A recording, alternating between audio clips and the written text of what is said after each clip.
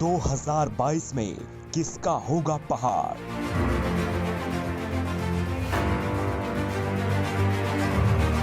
कौन करेगा जनता के दिल में राज? बीजेपी कांग्रेस की होगी जयकार या आपकी पार्टी लाएगी बहार? देखिए सत्ता की दौड़ सिर्फ न्यूज़ 31 उत्तराखंड पर। हर व्यक्ति को सरकारी नौकरी दे पाना संभव नहीं है, लेकिन उन्होंने कहा कि हमारा युवा पकड़ा बेचो पकड़ा। इन्हें शर्म आनी चाहिए, इन्हें डूब मारना चाहिए। बीजेपी और कांग्रेस इस प्रदेश के लिए दोनों पार्टियां उलझन है ना। भ्रष्टाचार यहाँ पे फैल चुका है। हॉस्पिटल की बात कर रहे हैं तो जैसे वहाँ पे इलाज होता नहीं है। कभी फोन आते हैं, मैसेज आते हैं कि भैया हमें विकास नहीं चाहिए, हमारे बच्चों के स्मैक के नशे से बचा दीजिए, हमारे बच्चों को चरस के नशे से बचा दीजिए। अभी 1751 भर्तियां पुलिस में निकल चुकी है। 10 दिन बाद आचार संहिता लगने वाली, इसलिए निकाल दी है। जब आरोप लगाती है भारतीय जनता पार्टी के विधायक मंत्री भ्रष्ट हैं और वही भारतीय जनता पार्टी के में शामिल कांग्रेस के शामिल हो जाते हैं, 12 विधायक भारतीय जनता पार्टी में वो दूध के धुले हो जाते हैं। और हम मिलजुल कर श्रेय लेने की होड़ की बजाय ये कब कहेंगे कि मिलकर बैठकर आइए समाधान ढूंढें। 80 करोड़ लोगों को हमने लॉकडाउन के दौरान फ्री में राशन घर घर तक पहुंचाया। मार्च तक हम दे रहे हैं। जरा हाथ खड़े करवा लो, किसके घर राशन पहुंचा है? जैसा कि हम सब जानते हैं कि विधानसभा चुनाव नजदीक है, चुनावी बिगुल बच चुका है और सारी ही पार्टियां कमर कस मैदान में उतर चुकी हैं। और आज न्यूज़ 31 उत्तराखंड की टीम भी रामनगर की जनता के बीच पहुंच चुकी है, क्योंकि आज रामनगर की जनता का दिन है अपने जनप्रतिनिधियों से जवाब पाने का। नमस्कार पैलाग, मैं हूं आपके साथ नैना और आप देख रहे हैं न्यूज़ 31 उत्तराखंड पर सत्ता की दौड़। आज हमारे साथ खास मेहमान मौजूद हैं। मेरे सहयोगी राजीव अग्रवाल जी पहले इंट्रोड्यूस करवा चुके हैं, एक बार फिर मैं इंट्रोड्यूस करवा देती हूं जो जनता हमारे बीच अभी उपस्थित हुई है। बीजेपी से हमारे साथ है मंडी समिति के अध्यक्ष राकेश नैनवाल जी, बहुत बहुत स्वागत है आपका। आम आदमी पार्टी से प्रदेश उपाध्यक्ष शिशुपाल सिंह, बहुत बहुत स्वागत है आपका। और ब्लॉक प्रमुख वर्तमान में ज्येष्ठ प्रमुख कांग्रेस से संजय नेगी जी, बहुत बहुत स्वागत करती हूँ आपका। और बीएसपी से हमारे साथ लीडर इस वक्त मौजूद हैं हेमचंद भट्ट जी, बहुत बहुत स्वागत है सर आपका। तो चर्चा की शुरुआत हम राकेश नैनवाल जी से ही कर लेते हैं, क्योंकि वर्तमान में बीजेपी की सरकार है और इन्हीं की सरकार के विधायक हैं। तो सर क्या लगता है आपके विधायक जी के आपके विधायक ने कितना काम इस वक्त कर दिया है और क्या कुछ रह गया है सर, क्या कहेंगे? भारतीय जनता पार्टी जब से सत्ता में आई है, क्योंकि हम सब जानते हैं कि देश में 65 साल कांग्रेस का शासन रहा है और भारतीय जनता पार्टी का अटल जी का कार्यकाल अगर हम देखें और वर्तमान में मोदी जी का कार्यकाल हम 7 साल का भी देखें, और राज्य के अंदर भी जो हमारी 2 सरकारें हमारे जनरल खंडूरी जी के नेतृत्व में रही और अभी हमारे पुष्कर सिंह धामी जी के नेतृत्व में चल रही हैं। तो अगर इनका हम आकलन करें पुरानी सरकारों से, तो निश्चित तौर पर भारतीय जनता पार्टी ने जनता की अपेक्षाओं पर खरा उतरने का पूरा प्रयास किया है। हम सब जानते हैं कि 65 साल में जिस प्रकार से देश विकास में बहुत ज़्यादा पिछड़ चुका था, लगातार भ्रष्टाचार की सीमाओं को छू रहा था, तो देश में बहुत स्थिति खराब थी। और चूंकि उस स्थिति को काबू में लाने के लिए आज लगातार भारतीय जनता पार्टी की सरकारें काम कर रही हैं और हमने बहुत अच्छा काम किया। मगर योजनाएं गिनाऊंगा तो आज तो बच्चे की जुबान पर जो है मोदी जी का नाम है, उनकी विकास योजनाओं का नाम है। लगातार प्रत्येक वर्ग को, क्षेत्र को, सब लोगों को उसका कहने का लाभ मिल रहा है। सबसे पहले मैं आपको बता दूं कि मेरा बचपन इसी घर में बीता है। ये बिल्डिंग मेरे सामने बनी है, मैं किराए पे रहा हूँ कई साल, ठीक है। मैं कहीं बाहर विधानसभा से नहीं आया। सिर्फ एक सवाल पूछूंगा आपसे, मात्र एक सवाल। ये भारतीय जनता पार्टी के द्वारा जो बस पोर्ट बनाया जा रहा था, 27 करोड़ का बस पोर्ट बनाया जा रहा था, विधायक जी के लोगों ने ये भी बता दिया कि हमारा काम चालू हो चुका है। ये 27 करोड़ का बस पोर्ट आज किस स्थिति तक पहुंच चुका है और कब तक पूरा होगा? जी देखिए, बस हमारा बस पोर्ट, हम सब जानते हैं कि हमारा बस पोर्ट सैंक्शन हो चुका है और अभी वहां पर जो स्टेट की मदद से जो पैसा लगना है उससे काम भी मौके पर हो रहे हैं। मैं आपको बताना चाहता हूं, क्योंकि बस पोर्ट के लिए जितनी भूमि हमको चाहिए थी उस भूमि की वजह से थोड़ा सा दिक्कत हुई। उस भूमि की एनओसी की प्रक्रिया चल रही है, जैसे एनओसी आएगी बस का जो बाकी काम पड़ता है ना वो भी शुरू हो जाएगा। अरे मत तो बनाओ कभी उसे। जाके देखिए ना, वहाँ काम तो चल रहा है ना। बसपोर्ट मत बनाओ अभी 4 राकेश जी करोड़ की उसे। लागत बस बनाओ से बसपोर्ट। बसपोर्ट बनाएंगे। 5 करोड़ 10 करोड़ में जनता बहुत की अच्छा मांग है, बन जाएगा। सब कांग्रेस से मेरा सिर्फ ये सवाल है कि जनता आपको क्यों वोट दे? देखिए जी इस प्रदेश में 2002 के बाद 2 बार कांग्रेस की सरकार रही है और निश्चित रूप से धरातल पर हमें विकास दिखाई भी दिया, आमजन को विकास दिखाई भी दिया।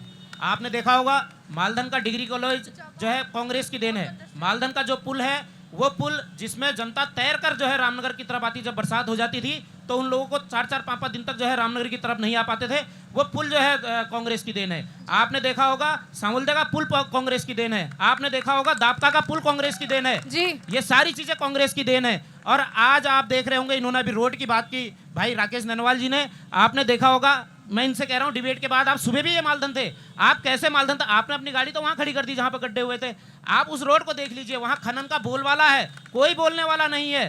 सत्ता सरकार सब में आंख कान बंद की गई है। मेरे से अभी इस बीच ये लखनपुर से लेके भरतपुरी, पंपापुरी और दुर्गापुरी तक की महिलाओं के फोन आते हैं, मैसेज आते हैं कि भैया हमें विकास नहीं चाहिए, हमारे बच्चों के स्मैक के नशे से बचा दीजिए, हमारे बच्चों को चरस के नशे से बचा दीजिए, हमारे बच्चों को गांजे के नशे से बचा दीजिए। आपकी सरकार क्या कर रही है? आज 12 साल से लेकर 18 साल का बच्चा जो है स्मैक का नशा कर रहा है, गांजे का नशा कर रहा है, चरस का नशा कर रहा है, आमजन सड़कों पे है। आखिर सत्ता और सरकार क्यों सोई है? ये जवाब मैं आपसे मांगना चाहता हूं। मैं इस बात को बिल्कुल मानता हूं कि हमारा रामनगर कहीं ना कहीं नशे की चपेट में जा रहा है और लगातार मैं कहता हूं भी इस बात को, लेकिन चूंकि इसमें सबकी सामूहिक भागीदारी होनी चाहिए। मैं आपको बताऊं कि कोई भी व्यक्ति, पुलिस हो, प्रशासन हो, कोई हो, ठीक है, आरोप प्रत्यारोप राजनीति दोनों में ये सब चीजें चलती हैं, जिम्मेदारी ये किसकी आरोप बनती प्रत्यारोप है? करेंगे। राकेश जी, नहीं जिम्मेदारी नहीं किसकी नहीं बनती है? नहीं, सत्ता एक मिनट, मैंने सर, टोका आपको बोलने नहीं, दीजिए, मैंने आपको सर, टोका बोलने नहीं, दीजिए। मैंने आपको बोलने टोका नहीं, मैं दीजिए। जवाब दे रहा हूं इस बात का। मुझे केवल इतना बता दीजिए, नशा मैं कह सकता हूं कि बड़ा, लेकिन नशा था ही नहीं, भारतीय जनता पार्टी में शुरू हुआ, ऐसा हम नहीं कह सकते। ये नशा आपके समय में भी था, लेकिन इसको मिलकर सबने हराना है, इतना नशा हमने इसको आज तक सबने नहीं देखा। मिलकर हराना है। मैं कहना चाहता हूं, एक मिनट, नहीं, यही 1 महीने इन्होंने धरना चलाया था नियमितीकरण को लेकर के। नियमितीकरण में आज 5 साल क्यों लगे? नियमितीकरण इस भरतपुरी, पंपापुरी, कौशल्यापुरी की जनता जो आस लगाए बैठी थी भारतीय जनता पार्टी से कि कांग्रेस में नहीं हो रहा, तो आज क्यों नहीं हुआ? 5 साल बीत चुके हैं। बिल्कुल जवाब लेंगे देखिए, सर, जवाब दीजिए सर। वो हम लोग नजुल भूमि की नीति ले आए हैं, ये छोड़ दीजिए, साल ये छोड़ बाद दीजिए। वो जवाब हमने लोगों को दीजिए, कमिटमेंट जवाब किया था दीजिए। और वो काम हम ही कर रहे हैं। एक मिनट, और दूसरा तटबंध के लिए सुन लीजिए, तटबंध के लिए आपके नेताजी ने कहा था हम बाईपास बनाएंगे, 42 करोड़ लाएंगे, इतना लाएंगे, उतना लाएंगे, लोगों के घर बह गए। हमने वहां पर आज हमने वहां पर 4 करोड़ रुपए से काम कराए हैं, जाके लोगों से पूछे ना। सबसे पहले तो राकेश ननवाल जी ये बिल्कुल झूठ बोल रहे हैं कि नजूल की नीति ये दुर्गापुरी, भरतपुरी, पंपापुरी में लागू होती है। वो वर्ग 10 खौ की जमीन है जो नजूल के अंतर्गत नहीं आती है। और रही नजूल की बात, तो नजूल के जो इन्होंने वर्तमान रेट जो नीति बनाई है वो इतनी महंगी है, 18,000 रुपये वर्ग मीटर का रेट है और 120% सामान्य वाले को जिसकी वैध जमीन है और जिसकी अवैध जमीन है उसको 150%। आम आदमी पार्टी से हमारे बीच में शिशुपाल सिंह जी हैं, उनसे जान लेती हूँ कि उनका रोड मैप क्या है, क्योंकि आम आदमी पार्टी पहली बार उत्तराखंड में अपने पैर पसार रही है। जिस तरह से इनकी पार्टी दावे कर रही है, वादे कर रही है, इनसे भी जान लेते हैं कि इनका क्या रोड मैप है। जी, आम आदमी पार्टी का जो दिल्ली का मॉडल है वो सेम उत्तराखंड में आएगा।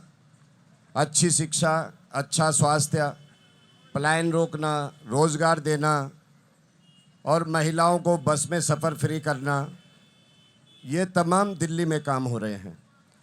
बीजेपी और कांग्रेस इस प्रदेश के लिए दोनों पार्टियां उलझन हैं। मैं आपको बता रहा हूं कि दिल्ली सरकार का बजट 60,000 करोड़ का है।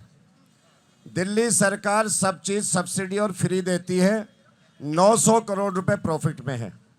बीजेपी कांग्रेस दोनों चिल्ला रहे हैं कि हमने पुल बना दिया, हमने नाली बना दी, हमने सड़क बना दी, लेकिन आज भी उत्तराखंड 21 साल में बदहाल है।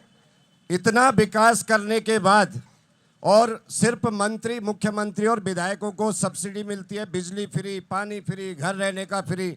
21,000 करोड़ में उत्तराखंड डूब रहा है। इसीलिए हम उम्मीद कर रहे हैं कि इस बार आम आदमी जाग चुका है, आम आदमी की सरकार आएगी, आम आदमी को बेनिफिट मिलेगा। दिल्ली के अच्छे स्कूल, दिल्ली के अच्छे हॉस्पिटल उत्तराखंड में लाने हैं, न कि उत्तराखंड का व्यक्ति दिल्ली अच्छा पढ़ाई के लिए जाए और अच्छे स्वास्थ्य के लिए जाए। ये मेरा कहना है। सर, दिल्ली मॉडल की आपने बात की है, आज रामनगर की जनता का दिन है, तो मैं ये जानना चाहती हूँ कि आज रामनगर की जनता को क्या वादा करके जाना चाहेंगे? 24 बनग्रामों का मुद्दा, जी, नजूल भूमि की बात, बस अड्डे के लिए आप कहते हैं, खुद क्वेश्चन करते हैं पार्टी वाले, 2 करोड़ सैंक्शन हो गए, 27 करोड़ सैंक्शन हो गए, लेकिन वहाँ लोगों के घरों में पानी भर रहा है जो वहाँ निवास कर रहे हैं। रामनगर के लिए मेरा विजन पहले भी क्लियर था। मैं किसी पार्टी का कार्यकर्ता था, उस वक्त भी मैंने अगर आरटीओ कार्यालय के लिए यहाँ अप्लाई किया तो आरटीओ कार्यालय बना। जी, हमने अगर पीरू मदारा को नगर पंचायत के लिए मांग की है, उस पे हम आज भी अड़िग है। जहाँ नशे की बात है, ये लोग कह रहे हैं ना, ये जितने पार्टी के कांग्रेस बीजेपी ये सब मिलके हमारे वहाँ नशे का जो कारोबार कर रहे थे, मैं वहाँ पे पुलिस वाले जो खड़े थे 12 बजे आ गए थे, 4 बजे 5 बजे तक वहाँ थे, मुझे फ़ोन किया तो मैं वहाँ पहुँचा। मैंने वहाँ, मगर सत्ता के जितने लोग थे ये ऊपर पुलिस महकमा को फ़ोन करके ये कह रहे हैं कि इसे छुड़वा दो, उसे छुड़वा रहे थे। जो कारोबार कर रहे थे इन्हें सलाम आनी चाहिए, इन्होंने डूब मारना चाहिए। क्या कहेंगे सर? सभी के लिए सवाल है, क्या कहेंगे? नहीं, ये प्रमाणिकता इस बात की नहीं है, ये तो कहने वाली बात है कि वहाँ आप इसका प्रूफ दे दीजिए कि किस पर बीजेपी वाले ने फ़ोन किया था। आप इसका प्रूफ दीजिए जनता को, ऐसे नहीं। देखिए बात सुनो, नशा, मैं आप एक बात बताऊं, 1 मिनट सुनिए। नशे की जहाँ तक बात है, कोई भी गलत चीज़ हो, सुन लीजिए 1 मिनट।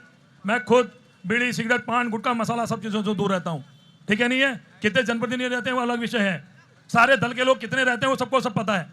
अभी क्या चलने वाला है, चुनाव नजदीक आ गया है। मैं कह रहा हूँ खाइए ना कसम सब लोग गर्जन मंदिर में चल के कि कोई भी व्यक्ति सरकार जो है शराब नहीं बांटेगा अभी चुनाव के समय में, वो छोड़ दीजिए। लेकिन एक्चुअली ठीक है सर, एसपी के लीडर भी हमारे साथ मौजूद हैं, उनसे भी जान लेते हैं कि सर आपके सुप्रीमो तो यूपी तक में दिखाई नहीं दे रही हैं, कैसे फिर जनता के दिलों में राज करेगी बीएसपी? मैं यूपी की बात छोड़िए, आप रामनगर की बात करिए, उत्तराखंड की बात करिए।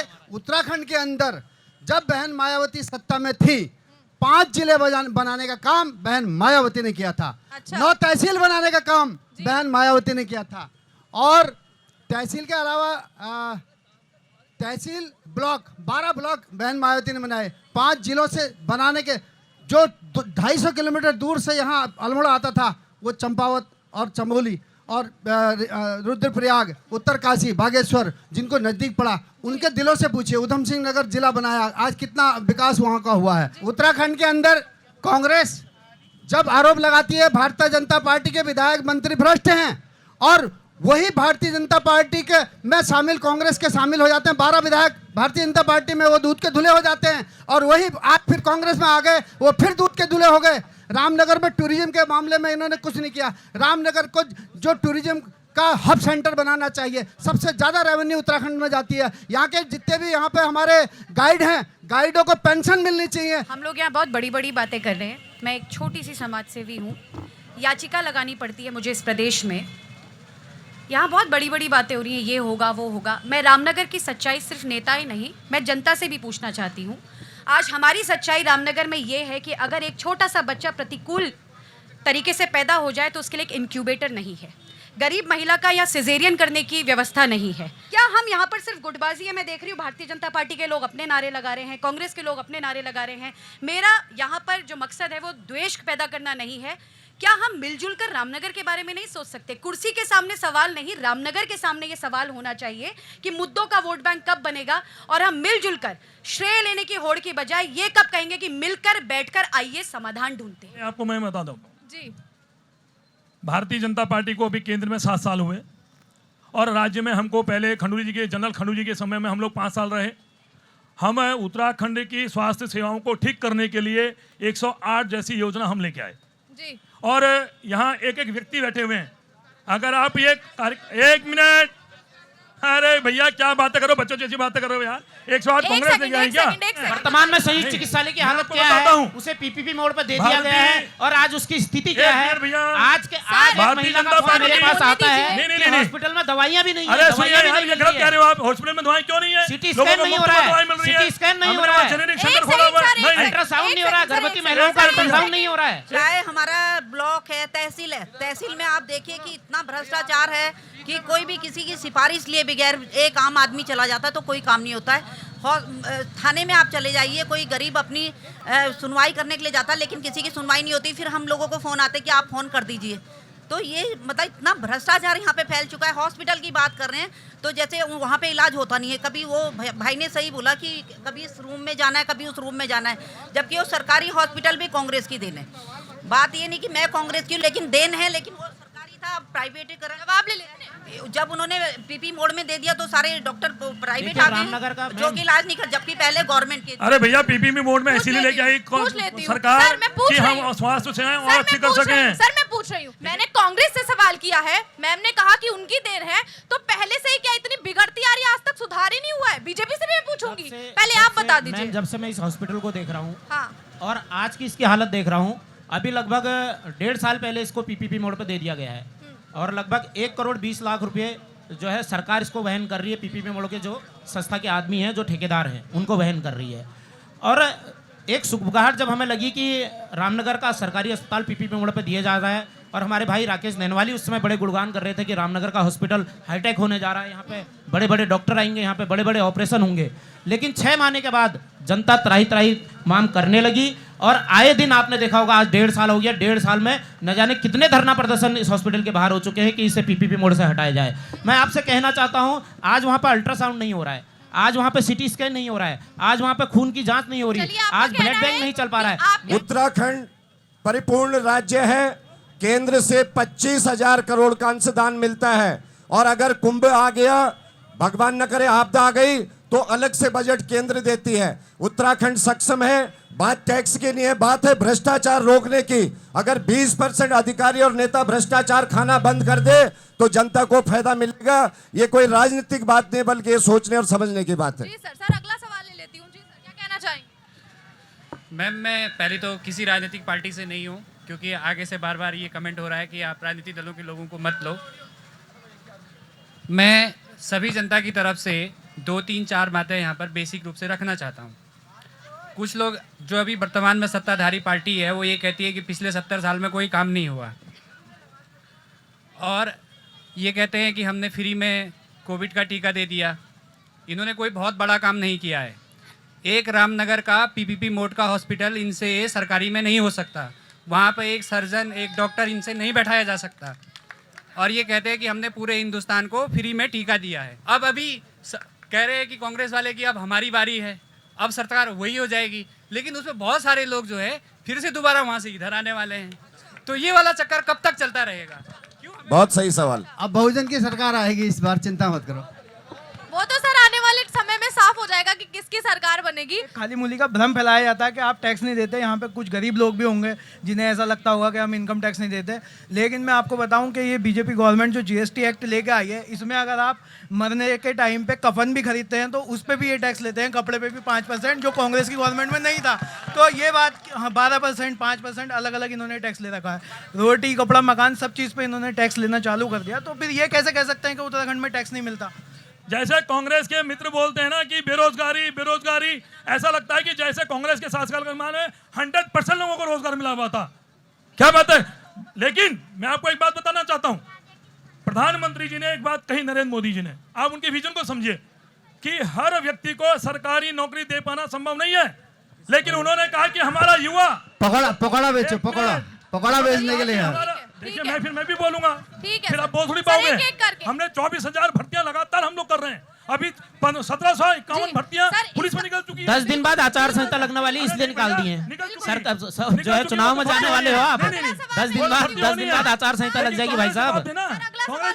मेरा कहना यह है कि आपके 67 एमएलए थे बीजेपी पार्टी के, आपने अभी तक प्रदेश में 3 बार मुख्यमंत्री बदल दिए, आप स्टेबल सीएम तक नहीं ला पा रहे हैं।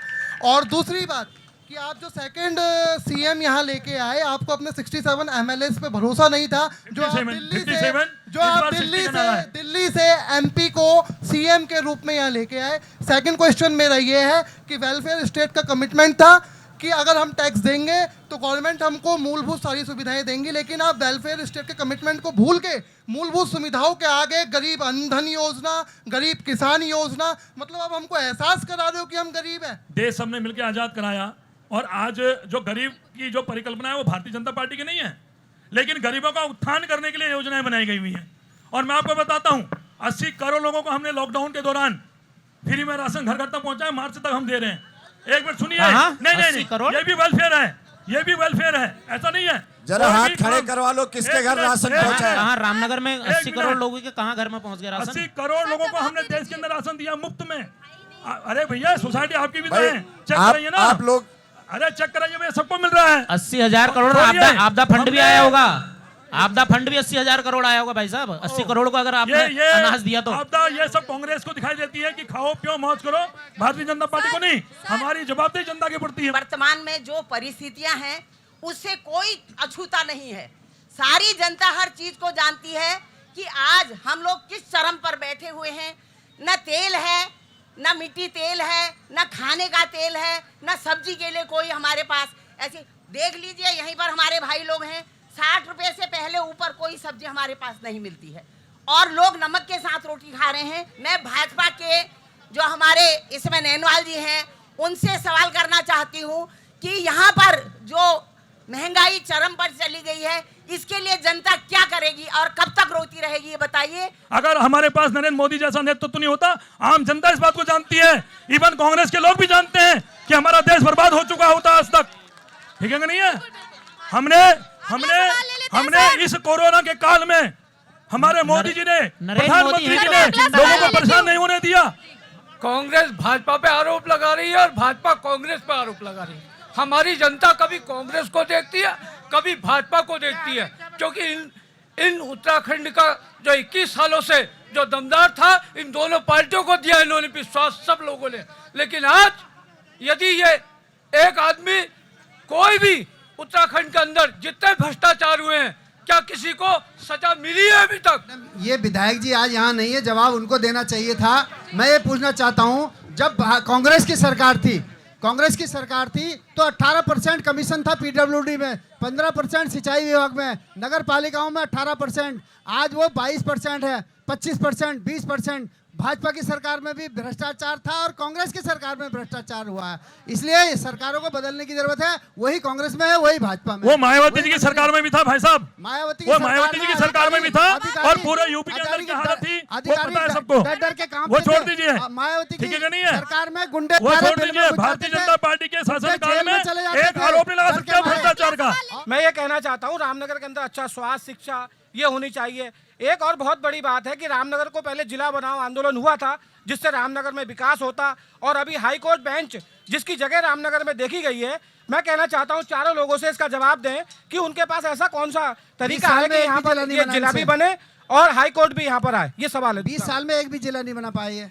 आज मुझे बताइए कि 7 साल में अगर एक भी आरोप नरेंद्र मोदी जी की किसी की मंत्री पर, नरेंद्र मोदी जी पर अगर आप लगा दें, बताइए कोई व्यक्ति लगा दे, बताइए मुझे आप। जवाब क्या था? दिया नहीं। केवल बोलने से ना थोड़ी है, जनता इस बात को जानती है और इसीलिए लगातार जनता मोदी जी के साथ खड़ी है, इसीलिए खड़ी है। और मैं आपको बताता हूँ, माननीय नैनवाल जी बार-बार मोदी जी का प्रचार करके, ये इस प्रदेश का मामला है, रामनगर विधानसभा का मामला है, राज्य के लिए जिला बनाओ और हाईकोर्ट के पास जवाब दीजिए। बार-बार मोदी जी एक गाना लगा दो भाई, मोदी जी, ये कोई बात नहीं है। जवाब दीजिए आप। वो मेरा नेता है। नहीं, वो हमारे नेता है भाई, वो हमारे देश के प्रधानमंत्री। अच्छा काम करें तो हम बोलेंगे ना जनता के बीच में। जिला अपने लोगों तो ये तो एक्चुअली मंच से बोलना बहुत आसान होता है कि हम 8 जिले बना देंगे, 10 जिले बना देंगे, घोषणाएं सभी करते भी जिले बन क्यों नहीं पाए? उसका एक सिस्टम है, संवैधानिक प्रक्रिया है, तभी जिले बनते हैं। लेकिन पक्षधर हमेशा मैं भी रहा हूँ, बनना चाहिए।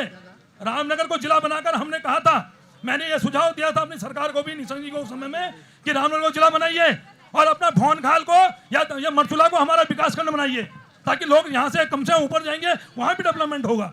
हमने कहा था, लेकिन रामनगर से भौनखाल चलो। और मैं एक बात और, भौनखाल चलो, सुनिए एक मिनट, एक बात मैं और कहना चाहता हूँ, क्योंकि हमारा ये पर्यटन क्षेत्र है, हाई कोर्ट के लिए मैं मानता हूँ कि उपयुक्त जगह नहीं है। हमारा पर्यटन क्षेत्र है, इसलिए हमारे पर्यटन के लिए यहाँ कैसे पर्यटन हमारा आगे बढ़े, हम पर इस पर काम करने की जरूरत है। आम आदमी पार्टी शिशुपाल जी से मैं ये सवाल करना चाहती हूँ कि क्या आपकी सरकार जब आएगी तो क्या ये सब कुछ मुमकिन हो पाएगा? मैं हमारी पार्टी पहली बार उत्तराखंड में 70 विधानसभा में चुनाव लड़ रही है और अभी श्वेता मैम मासीवाल जी भी कह रही थी कि भाई बात सही है कि रामनगर के लिए क्या विजन है, रामनगर के लिए आपका क्या रूपरेखा है कि रामनगर का विकास हो सके। और 45 दिन का शेड्यूल हमारा आने वाला है, तो हमारी अभी जो घोषणा पत्र है वो बना नहीं है, लेकिन निश्चित रूप से जो अच्छी शिक्षा, स्वास्थ्य, बिजली, पानी, इस पे जो हमारी मूलभूत सुविधाएं, इस पे काम कर रहे हैं। जहाँ तक जिलों की बात रही है या उत्तराखंड को हिंदुओं की आध्यात्मिक राजधानी बनाने की बात रही हो, एक ही पार्टी का ऐसा नेता है जो स्पष्टवादी है। हमने 6 जिले जो भारतीय जनता पार्टी ने हर मुख्यमंत्री ने घोषणा की, हमने 6 जिलों की घोषणा कर दी है। हमने 6 जिलों की घोषणा कर दी है। हम लोगों ने 6 जिलों की घोषणा कर दी है कि सरकार बनने के 30 दिन सरकार आएगी नहीं, जो चाहे करते रहो। वो तो पता है उनको कुछ होना नहीं है। रुक जाइए सर, कांग्रेस सर ये घोषणा करते रहिए, क्या कर सकता है? मैं आपको बताना चाहता हूँ कि आपने दिल्ली में किया क्या है। आप फ्री के नाम पर जनता को बेवकूफ बना रहे हैं। मैं कहूंगी कि शांत हो जाइए। फ्री मिलना बताइए। मोदी जी और अमित शाह गलियों में बताइए कितने लोग आज दिल्ली में किसको बात सुन लीजिए सर, शांत हो जाइए, नाम शांत हो पर जाइए। बेवकूफ बनाने का काम याद कर रहे करिए हैं। 2013 के होने वाली है। सर्वे की रिपोर्ट है, 24 विधायक, 7 मंत्री आपके हर गलत फहमी में मत रहिए और सत्ता का नशे में घमंड में मत रहिए। शिशुपाल जी, अगला सवाल भारतीय जनता पार्टी को कभी नहीं होता। हम लोगों ने संघर्ष से यहाँ तक पहुंची भारतीय जनता पार्टी। सर शांत हो जाइए सर। सर मैं संजय नेगी से जवाब ले लेती हूँ। सर आप क्या कहना चाहेंगे सर इस पूरे मामले में? रामनगर एक ऐसी विधानसभा है जो पूरे देश विदेश में प्रख्यात है। कॉर्बेट नेशनल पार्क की वजह से पूरे देश विदेश में प्रख्यात है और यहाँ जो भी विधायक या मंत्री बनता है तो निश्चित रूप से देश की राजनीति में भी जाएगा।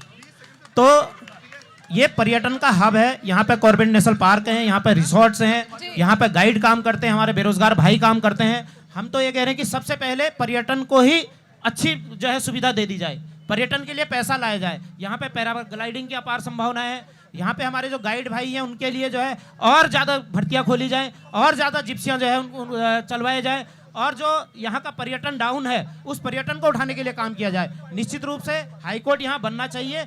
उसकी एक प्रक्रिया होती है, एक संवैधानिक प्रक्रिया होती है। जमीन भी चाहिए होती है, सरकारी जमीन भी चाहिए होती है और सीलिंग की बहुत सारी जमीन यहाँ पिरुमदारा में निकली हुई है। और निश्चित रूप से अगर हमारी सरकार आती है तो हाईकोर्ट की मांग हम यहाँ पे रखेंगे। हमारे नैनवाल जी भाई ने भी कहा कि मैं जिले की मांग यहाँ पर लगातार करते आया हूँ। 10 साल ये विपक्ष में रहे, मैंने तो कभी जिले की मांग करते हुए नहीं देखा। 10 साल ये सत्ता में रहे, ये आराम से मंडी के अध्यक्ष तो बन के आगे, जिला क्यों नहीं बन पाया रामनगर? मैडम सबसे पहले यहाँ का रोजगार, जो गरीब लोगों के बारे में नहीं सोचता है उसके बारे में सोचा जाएगा। जो स्वरोजगार की बात होगी और यहाँ पर पर्यटन को बढ़ावा दिया जाएगा। रामनगर में फिल्म सिटी की स्थापना मैं करवाऊंगा, ये मेरी गारंटी है। और हमारी सरकार जिला बना 5 जिले हमारी बहन मायावती जी ने बनाए, 9 तहसीलें बनाई, 12 ब्लॉक बनाए। ये बहन मायावती की देन थी। आज ये एक जिले की घोषणा नहीं कर सकते। मैं कह रहा हूँ कि हम रोजगार के क्षेत्र में रामनगर कॉर्बेट का पूरे उत्तराखंड का सबसे ज्यादा रेवेन्यू देने वाला प्रदेश है। और इस प्रदेश के लिए यहाँ इस प्रदेश में रामनगर के गाइडों के बारे में कोई नहीं सोचता, यहाँ के स्वरोजगार के लिए नहीं कोई सोचता। हम स्वरोजगार की बात नहीं दिया और रामनगर को जिला बना दिए, इसीलिए जनता ने एक भी विधायक नहीं दिया बसपा का। मेरे बड़े भाई राकेश नैनवाल जी बार बार तारीफों के पुल बांध रहे हैं कि विधायक जी ये, दीवान सिंह बिष्ट जी ये। मेरा आपसे एक सवाल है कि क्या आप चाहते हैं कि 2022 में दीवान सिंह बिष्ट जी रामनगर विधानसभा से चुनाव लड़े और जीते? बताइए। जवाब दीजिए सर, जवाब दीजिए सर, जवाब दीजिए। विधायक जी तो बगल झांक रहे हैं, शकल दिखाने नहीं आए हैं कहाँ? सवाल जवाब उनसे, उनका कोई प्रतिनिधि नहीं आया, कोई उनका प्रतिनिधि नहीं आया। ये हमारा ये जनता का सवाल है। ये हमारा संगठन तय करेगा। और माननीय दीवान सिंह बिष्ट जी वर्तमान में हमारे विधायक हैं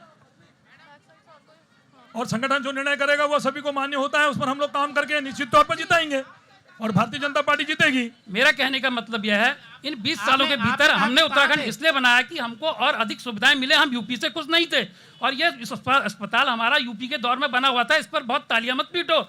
और हमारी समस्या यह है, क्या इन 21 सालों के भीतर आप जीवन जीने के लिए जो जरूरी आकस्मिक चिकित्सा की सुविधा होती है क्या उनको दे पाए? आप कार्डियल अटैक का इलाज यहाँ करा सकते हो, आप ब्रेन हेमरेज हो जाता है किसी को। जवाब ले लेती हूं। सर जवाब दीजिए, सर जवाब दीजिए। इसीलिए 10 बार धरने कर चुके हैं हम। इस सरकारी हॉस्पिटल को जो पीपीपी मोड में दिया गया है इसे हटाया जाए तत्काल। और मेरी समझ में ये नहीं आ रहा भारतीय जनता पार्टी के जो सत्ता में बैठे हुए लोग हैं वो चुप क्यों बैठे हुए हैं? कोई विधायक ऐसा नहीं रहा कि इसके अंदर एक ट्रामा सेंटर यहाँ खोल सके। गढ़वाल और कुमाऊं का प्रवेश द्वार, सारी फैसिलिटी यहाँ होनी चाहिए। क्या मतलब मैं आपसे कह रहा हूँ कि अगर किसी भी सत्ता का विधायक यहाँ पे आता है आप में किसी पार्टी का, तो क्या आप मेरी बात को और ये जनता की जो भी बात है जो हमसे लोग करते हैं, हो सकता है आपसे ना करते हो, क्या अस्पताल में इसके आप करेंगे उसके लिए ट्रॉमा सेंटर के लिए? परेशानियां सबके साथ होती हैं, वो कल को मेरे को भी उस हॉस्पिटल की आवश्यकता है। अगर माना मुझे कोई दुख तकलीफ होती है तो माना मेरा इलाज अगर यहाँ पर नहीं हो पा रहा तो मुझे भी रेफर ही किया जाएगा ना। तो यानी कि अगर एक व्यक्ति, मैं मानता हूँ कि धूमाकोट से आ रहा है, सल्ट से आ रहा है, वहाँ से वो रेफर होकर आता है रामनगर, और रामनगर से फिर वो रेफर हो जाता है, और हल्द्वानी गया तो वहाँ से फिर रेफर हो जाता है। मैं मानता हूँ कोई कंडीशन ऐसी होती है कि कहीं कहीं पर ऐसे बहुत क्रिटिकल केस होते हैं कि जहाँ पर डॉक्टर्स को लगता है कि यार इसको अगर मैं हाथ लगाऊंगा, भगवान न करे माना कोई घटना इसके साथ हो गई, मैं इसको सही नहीं कर पाऊंगा, तो ऐसी स्थिति में वो रेफर करते हैं। हमारी सरकार ने जब झलक खंडूरी जी थे, क्योंकि उत्तराखंड में कोई भी डॉक्टर आना पसंद नहीं करता, अगर कोई अगर आता है तो वो कहता है मुझे काशीपुर उधम सिंह नगर दे दो, ऊपर मैं नहीं जाऊंगा, पहाड़ को मैं नहीं जाऊंगा, क्योंकि परिस्थितियां, भौगोलिक परिस्थितियां बहुत खराब है। ये हॉस्पिटल पीपीपी मोड़ पर गलत दिया गया है जी। और लगातार हमने इसको सुधारने की मांग की है, धरने प्रदर्शन किए, ज्ञापन दिए, लेकिन इसकी स्थिति जस की तस है। डॉक्टर्स नहीं है, अल्ट्रासाउंड नहीं हो रहा, सीटी स्कैन नहीं हो रही है, दवाइयाँ बाहर से लिखी जा रही है, बार बार कह रहा हूँ। और मैं आपसे इस मंच के माध्यम से वादा कर रहा हूँ, अगर 2022 में कांग्रेस की सरकार आती है तो सबसे पहला मैं पद पर रहूं या ना रहूं, सबसे पहला मेरा जो काम होगा, इस सरकारी अस्पताल को जो पीपीपी मोड पर दिया गया है इसे हटाकर पुरानी व्यवस्था में बहाल किया जाएगा। हमारी सरकार बनेगी तो दिल्ली के हॉस्पिटल यहाँ लाएंगे, उत्तराखंड के मरीजों का इलाज यहीं ठीक होगा। बात करते हेमचंद भट्ट जी। मैं सर्वप्रथम ये इस मुद्दे को हमने उठाया था जब एक बच्चा बालक एक दलित परिवार का था, उसके कोई सुनने वाला नहीं था, बच्चा मर गया था, तो हमने धरने पर बैठे। उसी दिन से सब लोग, ये कांग्रेस भाजपा के लोग उस दिन से जागे, और अगर हमारी सरकार आती है सबसे पहले रोडवेज का विकास होगा, सबसे पहले रोडवेज का काम होगा। यहाँ नजूल भूमि पर बैठे हुए लोग हैं पूरे रामनगर में, पंपापुरी से लेकर और खताड़ी से लेकर गुलगट्टी से लेकर, हम सबसे पहले इनको मालिकाना हक दिलाने की बात करेंगे, और वो भी फ्री में। वो तो आने वाले चुनाव में पता चल जाएगा, जब पार्टी जिसकी बनेगी क्या विकास हुआ क्या नहीं।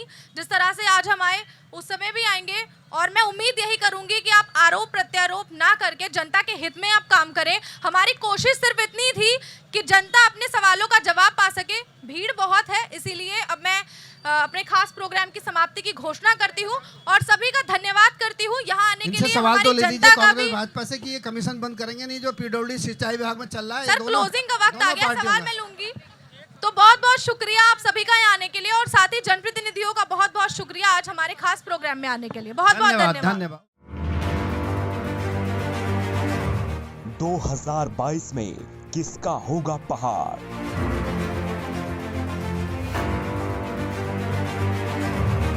कौन करेगा जनता के दिल में राज? बीजेपी कांग्रेस की होगी जयकार या आपकी पार्टी लाएगी बहार? देखिए सत्ता की दौड़ सिर्फ न्यूज़ 31 उत्तराखंड पर।